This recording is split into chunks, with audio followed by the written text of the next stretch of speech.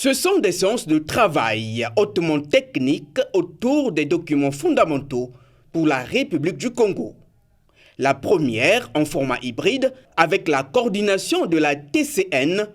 troisième communication nationale en matière de climat, dirigée par le professeur Félix Koubouana, a permis aux parties prenantes de trouver les solutions dans le cadre de la finalisation des documents en vue d'entamer l'élaboration des autres documents comme le premier rapport biennal et le rapport de transparence que les pays sont tenus à soumettre au plus tard le 31 décembre 2024. Il ressort de cette réunion que les groupes sectoriels ont déjà soumis à ce stade les rapports d'inventaire de gaz à effet de serre.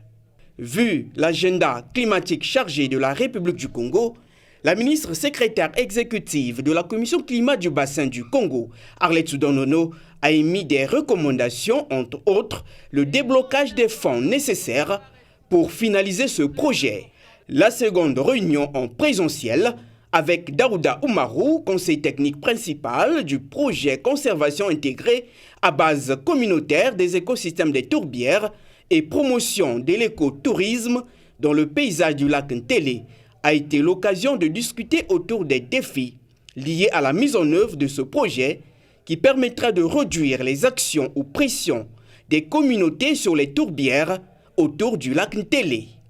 Là aussi, la ministre a donné des instructions fermes, notamment la mise en place d'un rétro-planning des travaux annuels et l'accélération des accords avec les différents organes d'exécution du dit projet qui s'étale sur 4 ans.